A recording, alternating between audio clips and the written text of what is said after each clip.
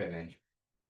Bear with me. If things seem a little disorganized, I'm trying to put 100 pages of work into an hour, and that's not the easiest thing. But I have a fancy phrase. If I don't know something, I'm just going to say, that is beyond the scope of my thesis. That seems foolproof, right? But can't you get AI to fill it in? Should have those glasses, Yes. right? That someone can ask me and AI will tell me the answer right there. Well, first, here, I'll pass around. Print out. There, you know, got a good turnout. Oh, I need one print out. Should. It would seem important as we're deep diving into ritual and the mechanics around ritual.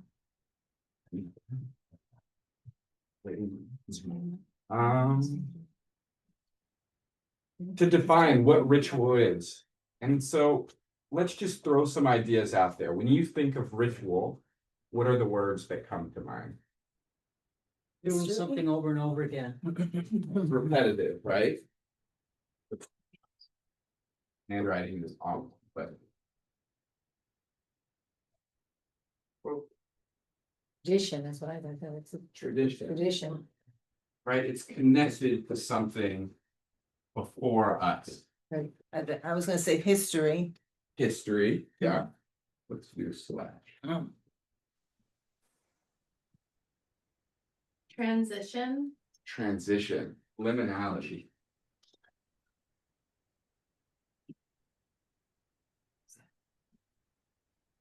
Commemoration. Commemoration. So to mark a moment, essentially, to add value and emotion code. What was the word you used? Commemoration. Memory and tradition put together. Never thought about The code. All right, yeah. For me, it's a tool that allows you to connect to the transcendent. Tool to connect to the divine.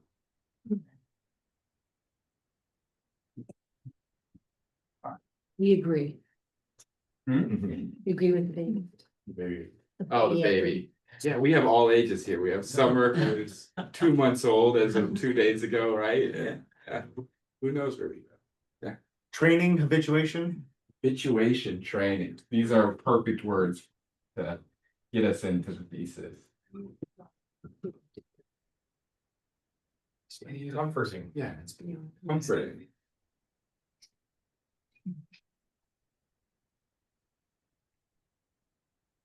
Right, so we get, yeah. Commonality, something we all have together to do at the same time. There's a communal synchrony to it. Connectedness.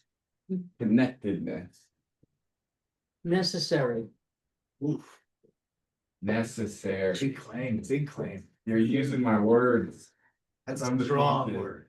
I think after today, you'll feel it is somewhat necessary. Any other? Yeah, take one more. Oh, all right, so we have repetitive. When you say ritual, I think of Baruch Atah Adonai, because it's like the opening, it's like in my brain, like Yeah, I hear ritual, that's what I think.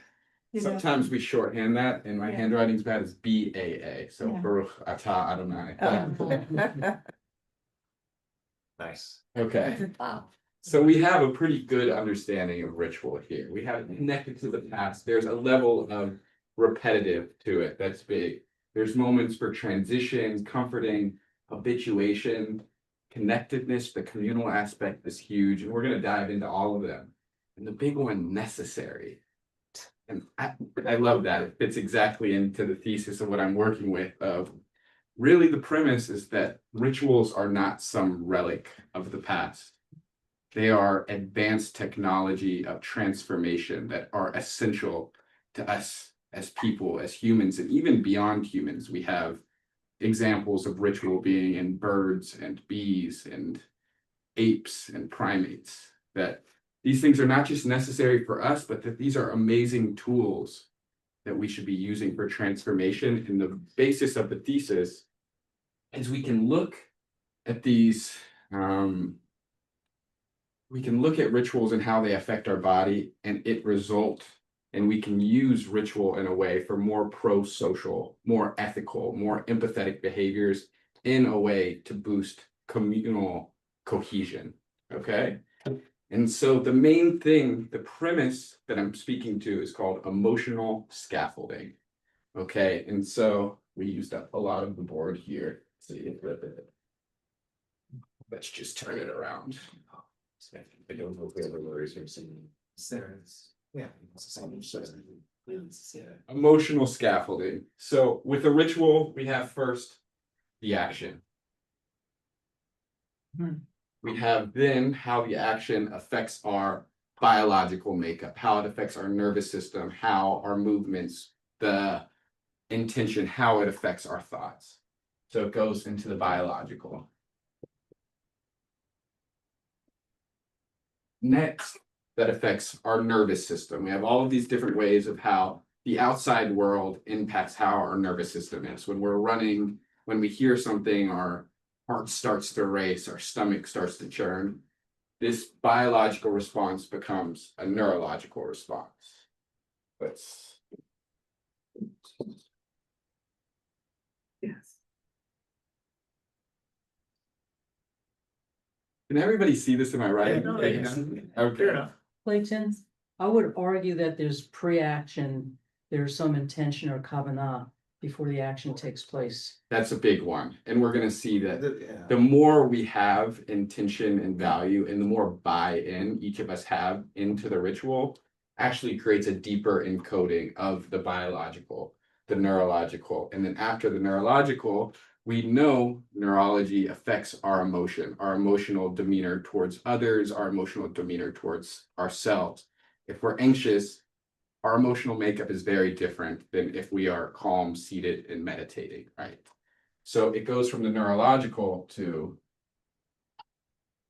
our emotional. I wish we had an eraser. I think Barbara's Barbara's gonna gonna get get one. one. Okay, and then our emotional demeanor over time in different instances affects how we show up in community in relation to others.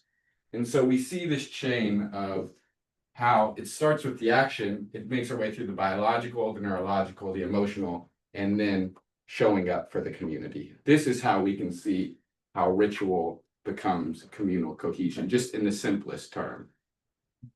Yeah. Does it entail instinct? Like Yeah. you said that animals have these rituals, so isn't that instinctual? That's perfect to get us into the next quote of there is something innate in humanity of why we do ritual. And this essential question of the thesis is, why is it innate in humanity? Why have we felt the need to do this over time? And how it is working to be successful for that adaptive response. Yeah, Rabbi, I'm sorry to add to the instinct thing. I once heard an interview with a biologist who said most things we think are instincts from animals are actually learned from their parents. And that you know, we try to say it's instinct to make us as humans as better than them because we're learning and they just have these knowing, just you know, do things, but actually most mammals learn also from their parents. Okay. And birds too. With that is the essential premise of the thesis right here.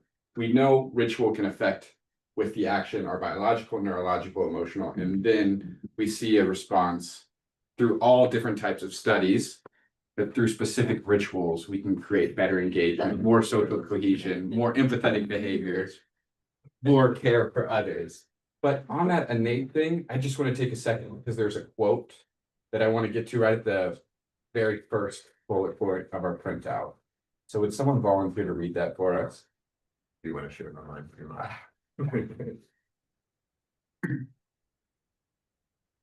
My grandma. For your grandma? Yeah, my grandma, I assume grandpa also tuning in. Okay, I love that. So yeah, we're at A right now on the sheet. Yeah, would you mind reading for us? Performance of rituals is as characteristic of human beings as speaking language and living in social groups. The modern attempt to downplay ritual is very unusual in the history of the world. Right. there are two huge pieces here. That ritual goes back to the earliest human civilizations, the earliest actions of humanity, that we have proof of ritual existing and ritual formulation happening. And that begs us the question, why? In the second part of this quote says the modern attempt to downplay ritual is very unusual in history. What comes up for you with that ending?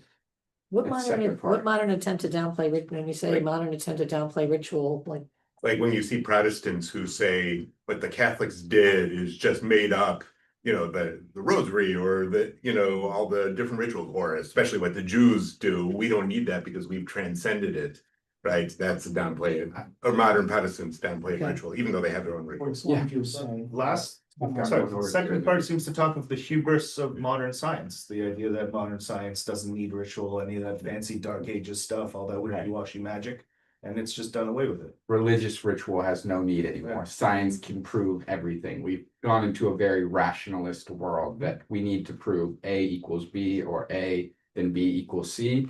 If we can't explain that logical chain of thinking, our world has sort of gone away from that. Since Enlightenment, it's become much more rationalist thinking.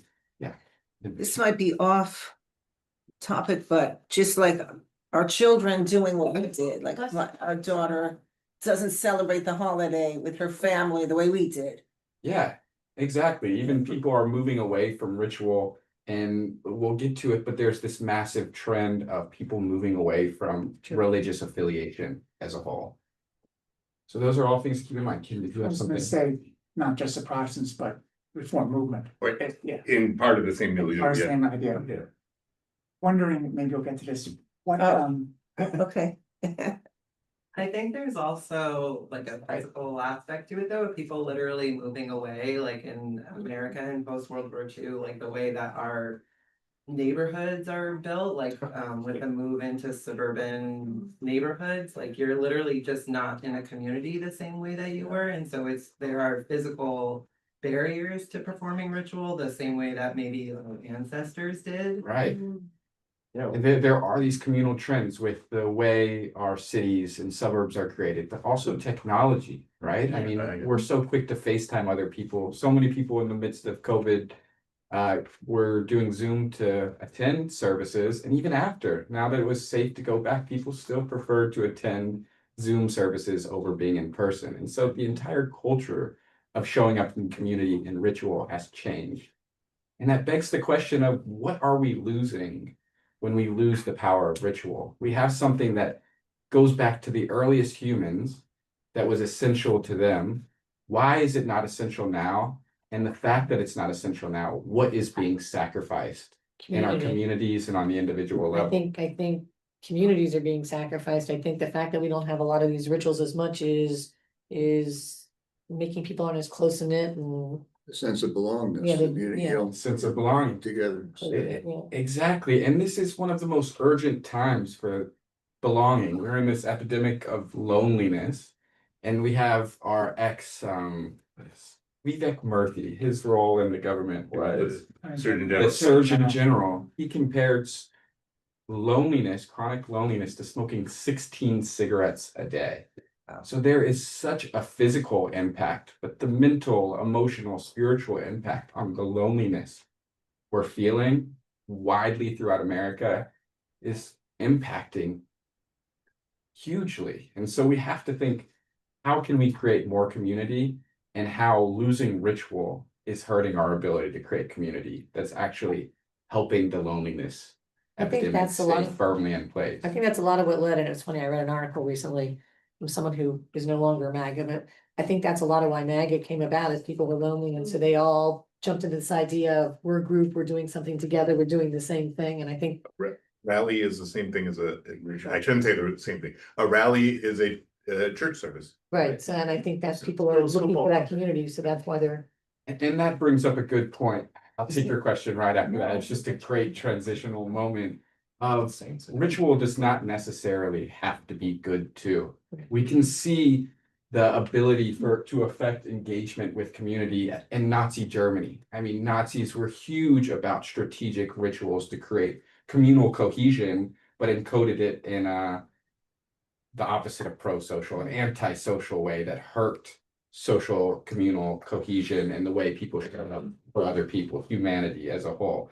And so if we can recognize the power of the reverse, we definitely can recognize the power of it for good, to be benevolent for humanity. The question we got into a little bit was, why now? Why is this so important? This idea of loneliness came up, but also religious affiliation. It's dropped 8 or 9% over the last decade, but spiritual but not religious, that category of people in surveys, that people are saying, I still crave spirituality, I am a spiritual person, but I am not religious, has grown 8 or 9% in the last decade. So that spiritual craving and yearning hasn't gone away. It's just looking in a different direction. And that begs us the question of, what about rituals? How can we adapt rituals to make up for that, to resonate with people that are spiritual but not religious? There's one philosopher that called this religious boredom, or ritual boredom is the term. And it's the fact that rituals either aren't resonant with people anymore, or the rituals we are creating are too outdated to speak to people. And so we have to take in this idea of ritual boredom. And the only way to do that is really diving into how these rituals are working, why they are working, and we can use those mechanics, those learnings in order to polish better rituals to meet modern day needs of spirituality, even if someone is not religious technically. Are we following along there? That's a lot of frontal information there, but that is the charge. So we need to have good rituals though, not, so if we're gonna come back and try to get some good rituals, we need to find out the good ones as opposed to ones that take you in the other direction. Right. And More meaningful too. we need to encode rituals that are not only resonant with people, but that are encoding and using mechanics to make more social cohesion, to make more community, to make people more empathetic, giving, generous people in society, to make up for this fragmentation that we're feeling widely across the world, American culture as a whole. That is the urgency right there. Yeah. Like, I feel like, you know, a chuppah in a Jewish wedding, I feel like non-Jews now, like everyone wants a chuppah. They want that ritual. They don't even maybe know what it is, but it's a pretty thing. They have some kind of flowers or some kind of covering. They want the ritual, but they don't even know what it that means. Or Jews for a long time, I see it less now, wanted the non-Jewish ritual of, I now pronounce you, or you know, fathers walking the bride down the aisle or something like that, you know, because Jews are influenced by, you know, wedding rituals of Protestants, you know. Same with choirs, same idea. Yeah. Jewish choirs were influenced by big German churches having gorgeous choirs, and the Jews were like, wait, we can sing too. Yeah, we have Organs. pianos and so we saw Pianos and Protestant organs. churches. Yeah. Yeah, and that brings up a big point that rituals are being created. We are in a culture where Right. ritual creation has happened for thousands and thousands of years, and we can track our history and see where these ritual additions were made. There is something really scary about recognizing our rituals did not come from Sinai, that it is not coming from the divine pouring down these things and saying, these are sacred acts, you need to do them. But there's also some power and agency in recognizing rituals were created by humans and from an innate need in humans for that social framework. And that we can make the changes ourselves. Rituals have naturally come from an experimentation process of, we saw what rituals worked, we're going to keep that. This part of the ritual did not work, so we're going to remove that or change this aspect. We are still in the process of ritual correction and formulating, and we should not take away our own agency of our role in polishing rituals, because that's how they came to be.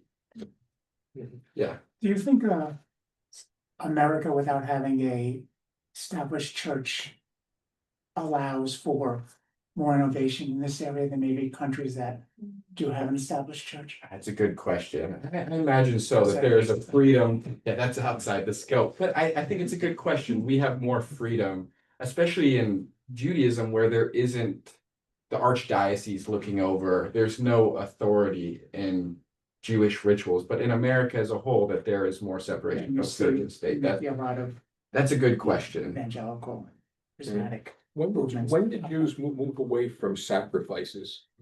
When the Talk temple- about rituals. When the temple was. when the second temple was destroyed. But that's a good point. We were forced to make changes, and ritual changes are a response to Also. historical Abraham- changes too. Abraham tried to, was asked to kill his son and they substituted an animal. Yeah, exactly.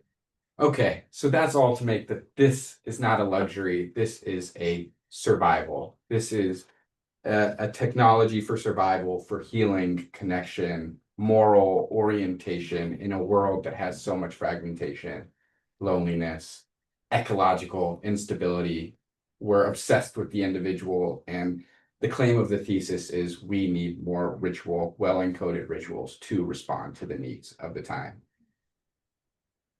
Why right now is this so important to connect neurology, emotion science? Because it has only become available in recent years. It was only in the 1900s with William James, Sigmund Freud, Emil Durkheim, that people were saying we can study consciousness. We can observe how consciousness change. We can look at the unconscious behavior.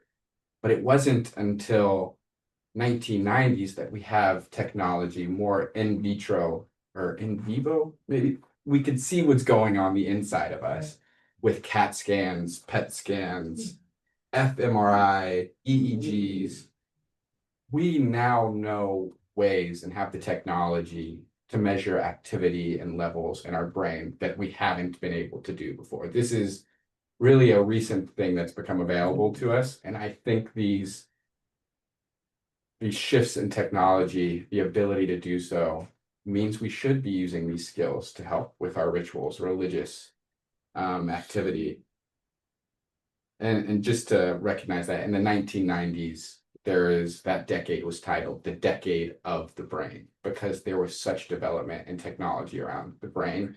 And that's just 1990. This is so recent. I'd like us to move to quote 2, quote B on the thesis discussion printout. Would someone mind reading that one? What truly matters isn't the exact text of the prayers, but the togetherness, the sensitivity, and the actions inherent in the ritual. So how do we understand this quote here? Yeah. There's a lot of work going on here, but the first part of the sentence is him evacuating the position of truth. Right. Let me unpack that. The veracity, the truth, the divine origin of the ritual is not what matters here. Mm-hmm. It's how we relate to it. It's how we relate to it, right? That's the sensitivity right there, is how we relate, how much we buy into a ritual. It's not about truth. It's not necessarily about what we are saying. It's the mechanics. It's the choreography of it. It's showing up in community. That's so impactful. They have all these religious studies, statistics about how impactful religion is, about how it lowers our blood pressure, makes us less existentially anxious. But none of that matters just being affiliated with the religion. It's about if you are participating in the rituals, if you are showing up. Yeah. Sometimes I think, as someone who loves to pray and rituals, sometimes I think translating the Siddur is the worst thing that Jews did, because then once people didn't understand Hebrew anymore, of course, and then translating it made them know what the prayers say, and then they didn't want to do them. Right? I was gonna say, it's your exact example is that is praying when we do our prayers, like, I don't know exactly what a prayer, because I can read Hebrew, but I don't understand it. So. But I would say But we that all doesn't do matter. I know, but it doesn't matter, because to me, just singing like Legato D and the songs that we all know and the tunes we know brings us all together. It's not what I'm saying, it's. And whether we know it or not, it's interacting with the biological and neurological and how we are showing up in community, whether we know what the words are saying or not. It's not irrelevant, but it's less relevant than just showing up and being a part of the ritual. Yeah. The rituals are like a magnet that bring people in. If they didn't have the rituals, then they'd say, well, I can be a good Jew to stay home. Yeah. And that makes them affiliate And being affiliated means that the next generation hopefully stays in line instead of drifting off as it's happening now. And it's more than just even bringing people together into a shared room. It's the ritual is actually impacting the amount of connectedness in the room. I could bring everybody in the room and we could do nothing. And yes, there would be a sense of community created by that, but we'll look at some of the studies that bringing people in, even if it's an arbitrary ritual about clapping 3 times or putting a bead to your forehead, there is much more social cohesion, interconnectedness, there's empathy, there's more willing to sacrifice time and effort if you add the ritual aspect to it. So it's that and some. Thank you. Quick question, is it possible that ritual could dip into idolatry? I think that's beyond the scope. Nice first century Christian critique of Judaism there. Yeah. Totally. Barbara, did you have a question? You know, from a conservative background for the most part, and being in a reform background, one of the things I note that's hard for me, I'll just say, is that there's a lot less ritual that we're engaged in when we're in services in a reform community. I mean, we're listening a lot, and some people are singing, but you know, like I'm used to bowing and bending, you know, doing all these different things, you know, putting on a tallit, doing this, doing that. And I'm wondering what the impact of that is, and if, you know, I mean, we have more people coming into the reform movement for lots of good reasons, but what does that lack of ritual, at least as I understand it, do to us as a community? And, you know, we also, as a community, are the largest givers to Chabad, you know, so, which I think is like an interesting dynamic that we have less ritual, but we give a lot of our money to the people who have a lot of ritual. Right, and but like sometimes Chabadniks are, you know, you meet a Chabadnik on the street and it's just do the ritual, like that's what they want, right? They know, and you know, you see the guy that looks like ritual, if you will, they know that's a way to draw people in, right? I think it's a good question. I want to present just a question that got brought up in the midst of this discussion with each other. Was Rabbi Satz discussed how translation might have been an issue to bring in the Siddur. And as we're unpacking the mechanics of ritual and the impact it has on our body, is that demystifying ritual? Are we doing something wrong by unpacking the role of ritual, or is it actually deepening the mystery of ritual itself? Very postmodern question. Is anybody hesitant to unpack this because they see our rituals as sacred and we should keep the mystical element? There's 2 parts to me. So I come usually to Rabbi on Saturday morning, and that's very intellectual and it's rational, and I appreciate the unpacking. But if I wanted to get a certain sense of otherworldliness or transcendent, I need to sort of suspend my rational self to kind of partake in that, or happen for me. So to me, I prefer Hebrew, to be honest with you, for that reason, in service. I think it's very fair. I think I guess the Hebrew is more like mystical and people get more out of just listening to it. But when, you know, kids today hear, you know, young people hear like about goats or whatever, or cubits or what, I don't know, it means less to them as when Chabad comes to you and says, let's, like a shared experience, like let's make challah together, or let's, you know, do something, a shared experience that is more meaningful. You get more out of it than listening to the words that don't relate to you. And that's also something that's been coming up in these studies, is the amount of presence, how much you are actually buying into the ritual itself also impacts the impact. I don't know if this is important, but I think another thing that doesn't help me is I like the mystical. I think the mystical is a feeling that you can't translate. However, and probably a feeling coming from a mystic, from a mystical, you know, person. I think that understanding has to be, you have to understand well ritual. Because sometimes when I'm appreciating something in synagogue, I want to think about it more and it goes so fast, the words. Well, I think you have to understand the ritual, I think there's an element of that. education. And I would argue that that mystical consciousness is hugely impactful. It changes people's lives. One instance of mystical consciousness, people will quote and refer to 2 decades later because that mystical consciousness is so impactful. But if we can unpack using these strategies to better understand, to go deeper into it, to create more mystical consciousness, is that not better for society Oh, than just having mystical consciousness coming during spontaneous moments? If we are more informed, is that not better than that's what I'm just, saying. yeah, I am agreeing with you. I think it depends also on what you're doing. It's interesting. One of my concerns I had with joining a Reformed temple, because I came from conservative as well, is in the conservative temple that I belong to, everybody sang and everybody participated and they may not have even known what it translated to, but they all knew the words from the Hebrew at least to sing the songs All the versus. people who were there knew the words. All the people who weren't there didn't know. But at a Yeah. Reformed temple, because of the choir, Yeah, and because of how prevalent the Yeah. choir is, and it's one of the things that drives me nuts. People like stop singing. It's almost sometimes like they give you a look like if you're singing Correct. because you're interrupting the choir. And I feel that the ritual is participating. I'm supposed to be Right. praying, I not would- listen. I would say that's less now. High holidays are different. I'm not to argue with you, but like sociologically, it's fun. That's not as common in a Reformed synagogue, except maybe at the holy days.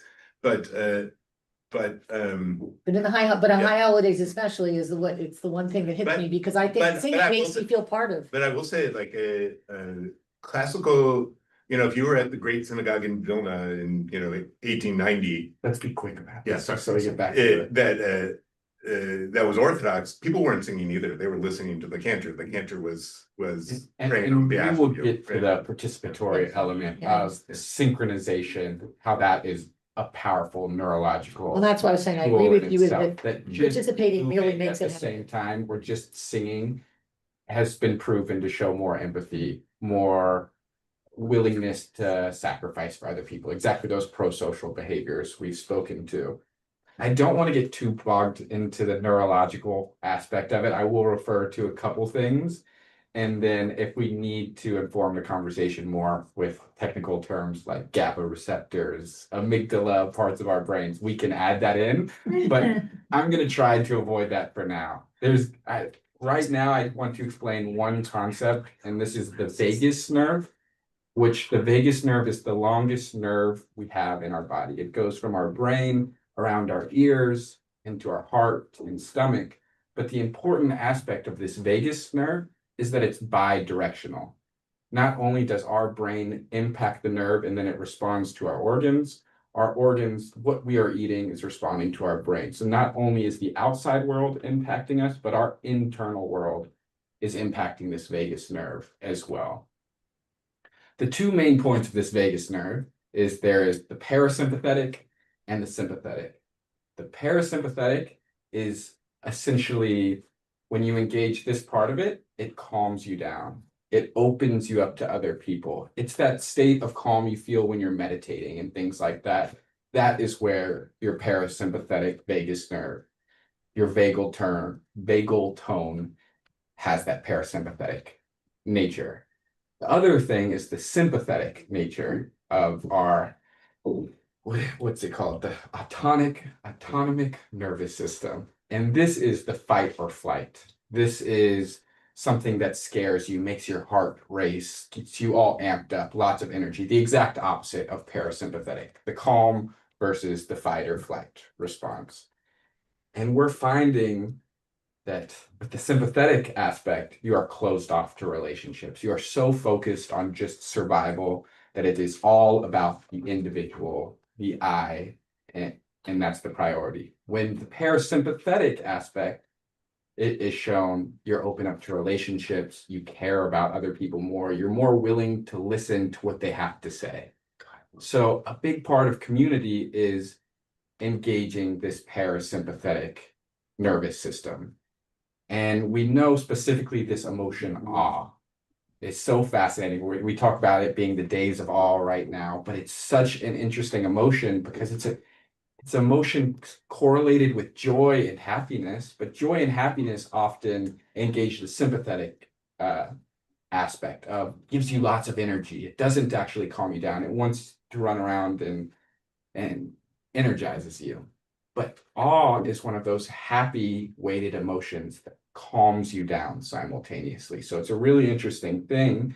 And when we talk about rituals, sometimes that goal is awe. And we see it in our Siddurim because awe recognizes our own humility. If we're defining awe, it's exposing you to something that questions your understanding of the world. It's something that's so grand that it's hard for our minds to process.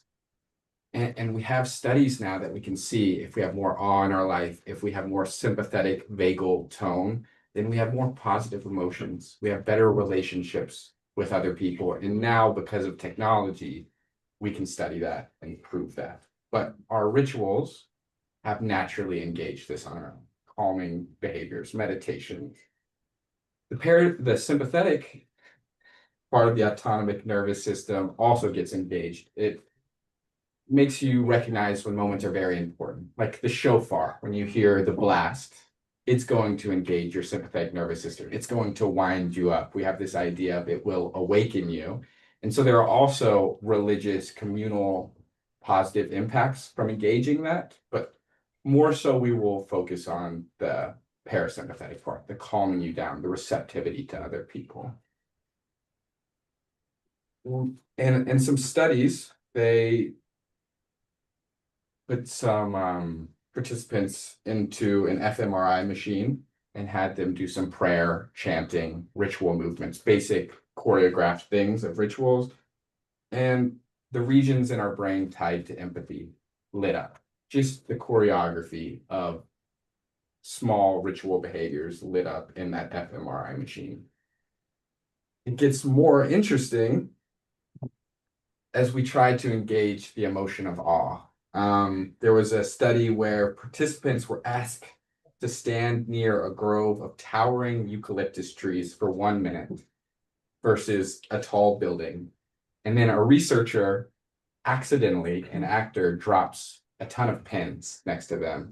The control subject, let's remember, the one that didn't have awe is who saw a building. The one who saw just a minute of eucalyptus trees were, what does this study say? They helped pick up significantly more pins than the group that did not have awe, right? So it shows that awe automatically leads to greater pro-social behavior, wanting to help other people. We can simplify that down. They showed some people, the non-control group saw space exploration, panoramic landscapes, Google Earth videos, and the others saw neutral clips that didn't induce awe. Awe viewers reported a stronger sense of connectedness, a diminished ego focus. They felt that their self was smaller. They were exposed to the vastness of the world. They felt smaller, and they showed increased belief in God or cosmic order. And so what that study shows is that awe quiets the ego and it expands your moral and spiritual perspective. The next thing, these studies go on. These are really interesting to me. So participants who received 8 weeks of mindfulness training, later in a waiting room, all the chairs were filled and someone on crutches came in. And the people who were exposed to mindfulness training, 50% of them gave up their chair to the person on crutches, where only 15% of them gave up the chair if they didn't have mindfulness training. And so this shows a long-term impact of when we engage these parts of our brain through ritual, that we're actually training our brains to be more empathetic. Through just the choreography of it, we are growing this muscle for empathy and kindness towards our community. Another one is that participants were asked to recall moments of moral elevation, a moment where people saw someone being brave or courageous to help someone out. And the ones that were able to remember this awe-like sensation of remembering someone doing good for another person felt more warmth more uplifted and more likely to help others. And so it shows that this awe is not just engaged visually, it's engaged with thought, with memory. There are all these different instances of how awe can engage our world. And all of these different instances proven how awe creates more positive emotions in ourselves, but the main focus is creates more positive social behaviors toward communities. Right. So the theory around that is that it engages and creates the small self. It reduces that self focus. It orients us more towards the collective whole. And because of this scaffolding, awe activates that vagus nerve we were talking about. It lowers our heart rate, blood pressure, inducing more calm. And because of that response, we are more compassionate, generous, and cooperative. We can see this in Judaism in lots of different ways. I mean, just the story of Sinai with fire and trembling. We have yirah, which is the word for awe, and recognizing something so vast. It's written into our stories. Kol Nidre's communal stillness, that quiet, that fear in the room that you can feel, that is awe-inducing. It's built into the choreography of the ritual. Sukkot's fragile walls underneath the stars. These are strategic ways for us to feel awe built into our rituals, for us to not only have more positive emotions, but engage more positively with our community. And then with Ne'ilah, as we're standing up during the final hour, that commitment all together, that moral courage is awe-inducing.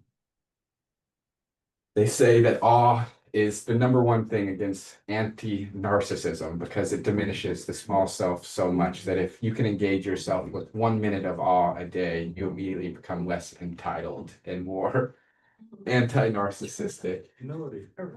Humility is a potent drug. Humility is definitely. And so the first big emotion of rituals, and we'll, I don't know how long, do we have till 11:30 or so? I don't know, where you guys gotta be? Here, 11:30. We'll say like an hour. Okay, so we've got 20 minutes left. I want to make sure I can get through at least as much as we can. Awe is the first big emotion we want to look at and that we see in our rituals that have been shown to be great for communal cohesion. The next one is gratitude, which shows up so much in our rituals time and time again. And so participants in a study were asked to recall times when someone had helped them.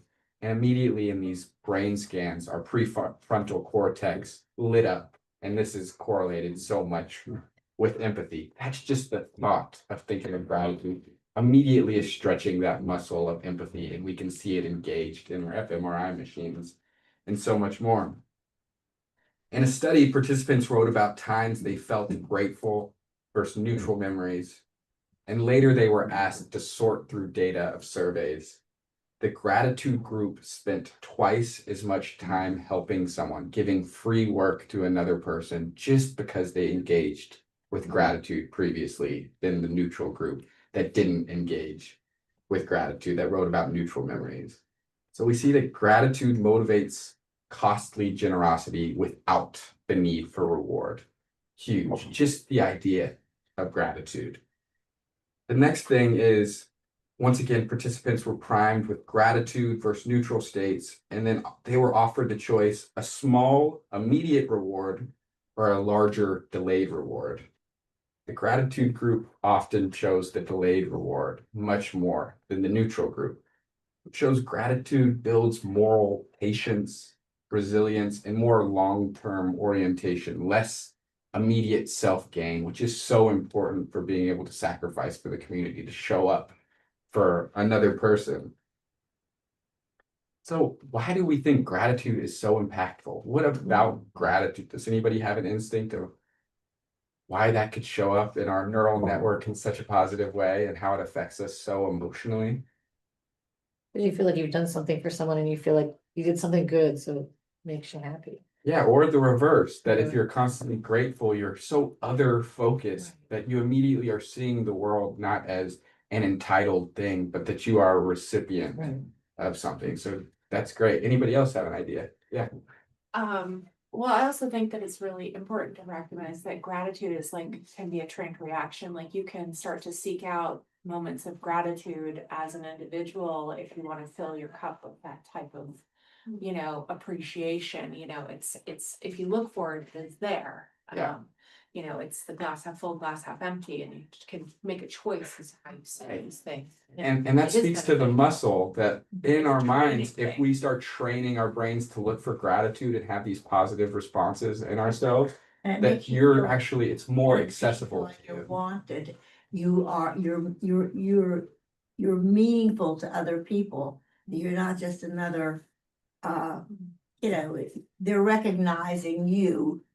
And it advances your self-esteem. Yeah, it speaks on you being a part in relationship, but also in that note, it speaks on dependency. That we can't create everything ourselves, that gratitude itself is showing that we cannot generate everything in our life. So not only is it relationship, but interdependence as well.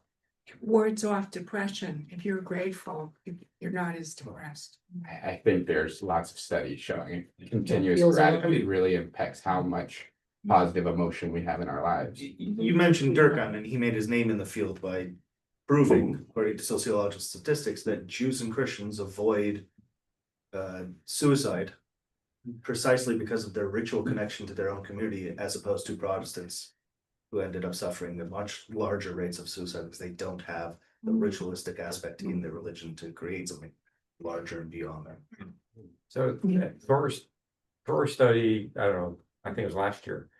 Rabbi talked a lot about the ritual of prayer, and every time you eat something and you say something, it's all about gratitude.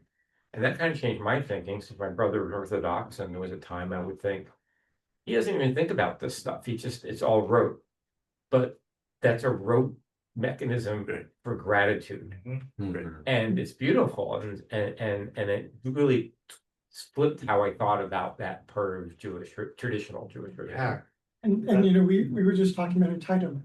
Gratitude is the opposite of entitlement. Right. If you're grateful for something, if you're not feeling entitled to it, it means it came to you with grace. And that's an important way to look at life, because if you're entitled, why would you be grateful? If you deserved it. And that's two big things. Neurologically, just to chime in with that neurological aspect, we have this thing called the default mode network in our brain, which is very much when that is engaged, it's I focused. It's more the autopilot. And they found that awe and gratitude significantly lessens the amount of time we spend in that default mode network. But we bring up some good points about how Jewish ritual engages gratitude in so many ways. And we can look at Jewish ritual as essentially a training ground for growing that muscle of gratitude that takes away from entitlement, that makes us more community focused. Before we wash our hands, there's a blessing for it. Modeh Ani is the first blessing we say in the morning. Gratitude is hyper focused in Judaism. I mean, with Hamotzi, Borei Puri Hagafen, all these different rituals are very gratitude focused. We can see the intuition of our Jewish ritual formulators. They knew about this, but we couldn't prove the neurological aspect of it until the next thing. So we have two emotions so far, awe and gratitude. The next big part of ritual that we found is synchrony. And that was something that got brought up earlier, the idea of singing in unison, how impactful that can be. And so there's been studies showing that even if we're waving our arm, there's no emotional encoding into the ritual at all. It's a total arbitrary Wave ritual. in a baseball game. Yeah, exactly. Things like that. It doesn't have to be religiously encoded or have that weight to it, but our hearts end up in sync with one another. Our nervous system, our brain chemistry becomes more synchronized with each other. And in that safety, people feel much more connected in community. So we take the religious aspect out of it completely. We still recognize how moving in sync with another person creates a significant higher level of interconnectedness. A study that is fascinating, this elementary school teacher split up two different teams, a green and a yellow team, and then split those teams in half. And of the half of each team, so the quarters, right? Not math oriented at all, but the quarters one quarter was given rituals where they had to put a bead to their forehead or clap at a certain pace before they made their friendship bracelets or whatever it was. And the other just was charged with creating friendship bracelets. So of course, everybody on the green team favored other green team members, that there was already the interconnectedness just because they were also the same color. But it was significantly greater with arbitrary rituals of the clapping, the bead putting to the forehead, whatever it was, of feeling like they could commit more time, friendship, empathy to those other people just because they were charged with this silly ritual of maybe it was like it's hard to get exactly what the ritual was through the writing of the book, but essentially something silly, just another step in the process. And so another study was groups of strangers were instructed to march or sing synchronously, and others were instructed to sing out of sync. Synchrony group cooperated significantly more with each other once they were given step-by-steps, even if it was at a personal cost, even if they received less of a reward, even if it came with a time cost, because they marched together, because of their brain chemistry becoming more in sync, they were more willing to sit with the group. And yes, like I said, there's the brain waves, breathing, our heart rates, they line up with one another when we just start moving in sync. And that brings up an interesting question of why our body does that. And that's harder to know why that's been an adapted thing, why our biological systems have adapted that way. But what we know for sure is that it happens and that it creates people to feel more safe, more willing to open up to one another. Doing on time. Clayton, I think dancing, when you're dancing with a partner, not just, Yeah. rock dancing, gives you that kind of feeling, being in sync with another person. I think dancing is a great example, and that's such a ritual. And maybe that's why they thought To really make the point, they have was so gatherings where everyone's listening to their own music. Mhm. And you can't even hear other people's music. And everyone's just But as long dancing as and it people are still works. moving, yeah, I'm sure it does. And so this synchrony is this pre-verbal trust of like people willing to trust one another without having to verbally express it. There's that embodied attunement. There's also this element of humility, once again, that when you're reading a passage together, not one person can move faster than the other person. We all have to move at the same pace, or you mess up the entire system. So within that containment and humility has this great emotional response of recognizing you are not the focus of the room, but the collective group is.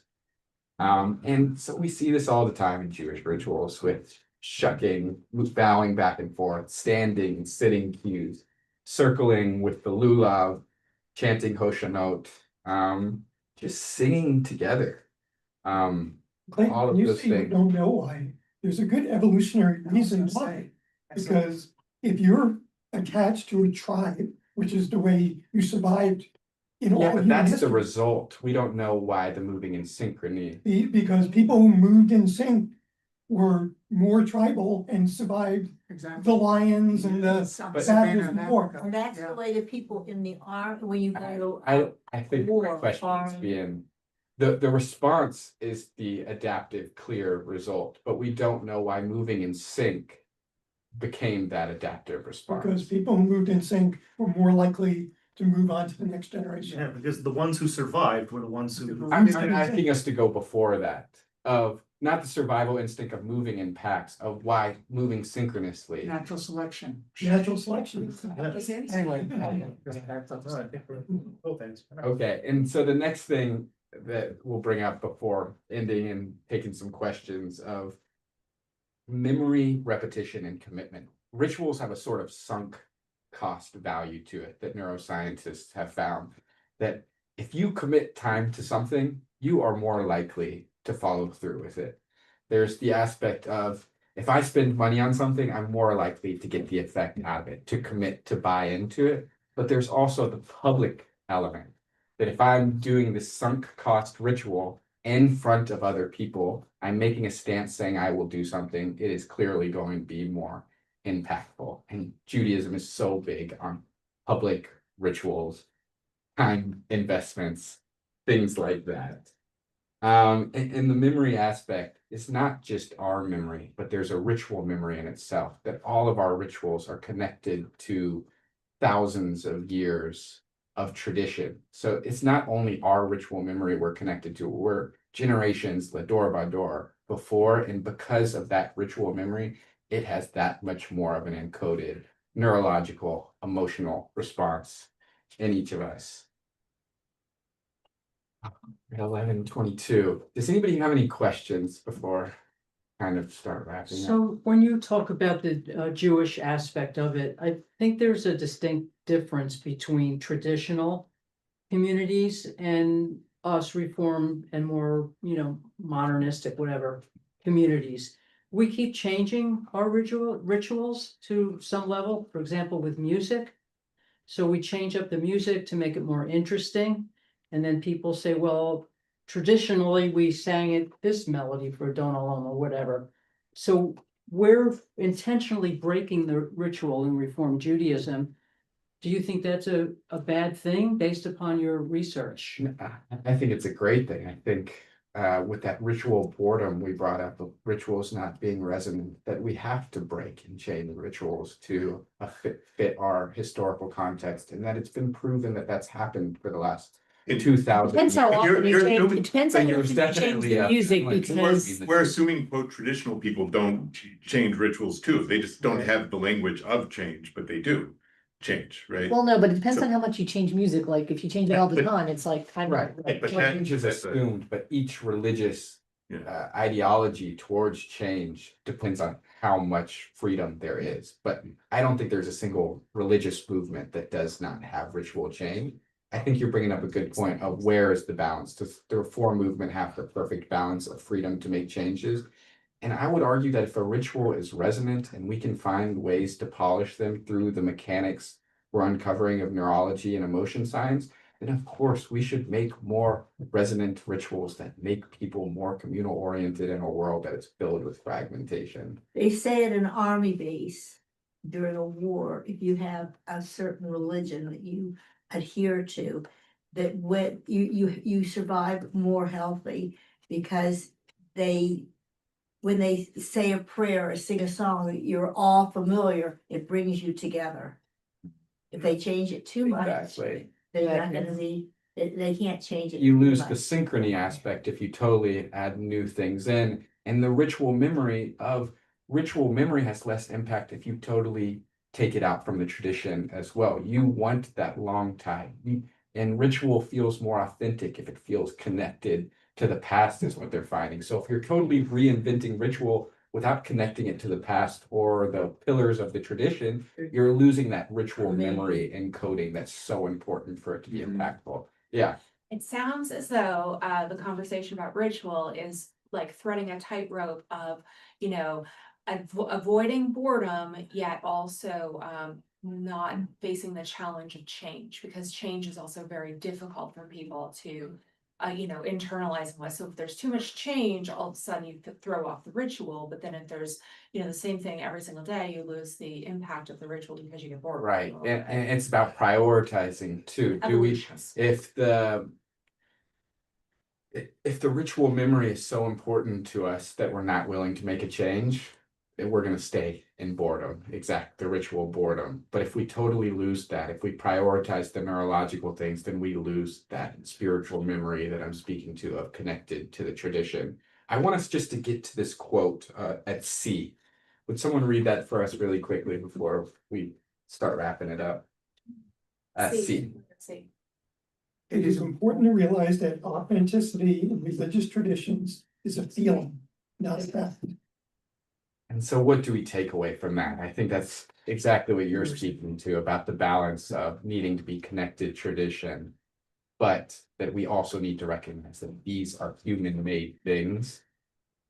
And so it's about engaging and making the ritual an impactful feeling, but also recognizing that this is not divinely given. Anything else to unpack from that quote before we? Who's the person that decides? Who's the person? What did you say? That's The brutal. In the modern world, each person decides on their own. but then you have a tendency. In a world to filled lose- with autonomy. Then you And, lose. and Yeah. Judaism has been living from the Right. majority choice, and so it's about introducing new rituals. It's using this to inform us, introducing new rituals, changing the ones we have, and if it's picked up and neurologically, communally effective, then we keep them, and if not, we let them go. That's how rituals have been created from the beginning. If it's successful, you keep it. If you don't, you let it go. And if it's bought in by the majority, it becomes tradition, not because it was given by Sinai, but because of that majority acceptance. Do we make the changes in the rituals to interest the younger generation to make sure? I think that's exactly the conversation right like it. now. That's Is why we make the reform change. communities are struggling so much to get young engagement. There is that ritual boredom. That statistic of spiritual but not religious is totally hitting our Jewish communities. If we don't adapt our rituals to be impactful to the next generation of people, the ritual boredom will grow, the disaffiliation will grow. Judaism will have more fragmentation to it. And so there's a real fear and urgency just within our own small religious sect itself.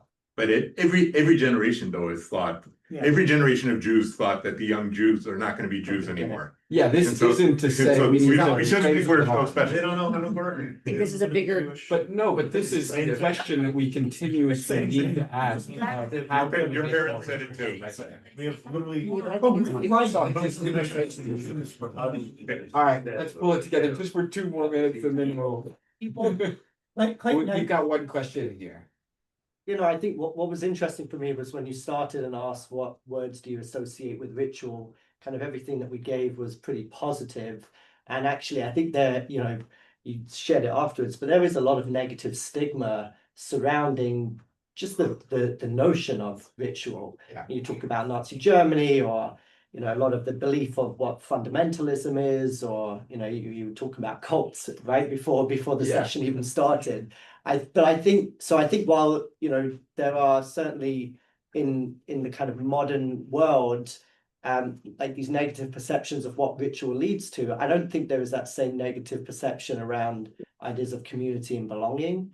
And I think what you're presenting is that you don't get community and belonging without ritual. You don't, or it's an amazing advanced technology to help with community and belonging. And it brings up such a good question of what is the metric of a successful religion, or if the religion is upholding power structures and not helping society become more communal, to have positive benefits on society in general, it is not succeeding. But if we focus on community, belonging, encoding our rituals with that aspect, with that goal, then yes, it is positive for society. But there is that polemic there of rituals can be amazing tools for greatness, but they can also be awful tools for heinous, horrendous acts in the world. Same as religion, science, technology, and everything else can be used for good or evil. It's a matter of. When you get pushing on someone's got it, and I think that's the whole thing with people who try to push you into their religion versus your religion, all. You Yeah. can't push someone to do those rituals, they have to feel that it's part of them and they wanna do it. Yeah, I think But that's don't where we all that do that to our kids? Don't we push them parasympathetic into- nervous response, that openness. If something is making you more closed and sure of where you are instead of making you open and question the world around you, then that religion or that teaching is not making you more communally oriented whatsoever. Yeah. That's take why I one. think Jewish camp works so well, because it's the rituals, the shared experiences, and the spirituality without like Yeah. being religious. And it's repeated. It's for a long term. They have this Why- investment. why not say that's It has religion? awe. It has It's gratitude. religious, but it's not overly like sitting in services, It's you know, like- it's, But of course it's it- religious. Yeah, Of yeah. course it's religious. No, I'm just pushing, I'm just That's- pushing you, but It's like the fun but- part of the religion. why isn't sitting in service is fun also, but that, yeah. No, you want to be, it appeals to Yeah. kids and it keeps them, yeah. Yeah, well, that just shows how developed of a ritual. I mean, camp can be seen as this super developed ritual that engages awe, gratitude, synchrony, repetition, the public expression that we just looked at, We have a all camp mixed director right now. together, and shows how impactful it can And be it all on goes kids to what the growing up. rabbi said yesterday. You have to first commit yourself to going to this institution that gives you this. Yeah, so much of it is knowledge just and- showing up it. in the Yeah, choreography to and being engage together. this neurological, biological response. And it's even just an unconscious thing that happens. And so I hope we can take this learning and not only feel free to look at our rituals, criticize them, to change them, to be more impactful, but also, where am I going with that? Yeah, that's about the gist of it. Yeah, Barbara, I'll give you the last word. You know, I mean, like both my kids made Aliyah, right? And so they don't belong to a synagogue, they don't do a lot of the things. We don't need to because we live in Israel, right? So how would we unpack the ritual of living in Israel as satisfying these same things, or doesn't it? That's his next thesis. It says. Right? That's the next- That's his next, yeah, that's beyond the scope. But, and just to look at this as there's this amazing scaffolding from ritual action into how we It's show an up in the arbitrary world, limit and on through that So emotional You seem to be scaffolding. imposing an These arbitrary can be limit on what a amazing valid tools community to is. help our community. Logically speaking, there's nothing wrong with going from synagogue to country. I know, but. Unless you that's impose what some we- arbitrary limit on the number of feet. How it does the same. And thing. Israel, It does. Israel Right. as a society has Holidays. tons of public rituals Right. that are That's quote what I'm not religious, trying to but of course the religious, like, you know, Society has tons of rituals. right. America has tons of public rituals too, less than we used to, but or less than fewer that we agree on. Fewer that we agree on. Yeah, so thank you, Clayton. Maybe another time we can get into Sukkot. Sukkot is essentially the case study for applying all of these teachings and how Sukkot shows that. But that's beyond the scope of our time right now. So maybe we'll revisit Hey, it. when are you doing your thing? When are you presenting it? It's pretty much finished, but it has to be submitted by March. So I've still got some time. And then come May, right? I think is when ordination is. Yeah, put it on my calendar. Come May, we will have a new rabbi in the world, along with his classmate. More So more than one. yeah, yes, of course, they also, and so, but before we go, we'll do a couple more rituals. Can I make a But- plug? Oh, Make one? sorry, Clayton. oh. It's a Clayton plug, but if any of you have young adults in your household that are gonna be around for Yom Kippur, Clayton is leading a discussion in the afternoon of Yom Kippur during our study and reflection time for young adults like 20s and 30s. And there will also be a healing service. service afterwards, that's meditative and focused on healing for the year to come. Right. So- And everybody's invited to that, and I would love to see you all there. Yeah, so on Yom Kippur is our last time with Clayton this year. Like, maybe he could come visit, but thank you very much for the learning. All right, bye, Papa, love you all. That was great, Clayton. Robert.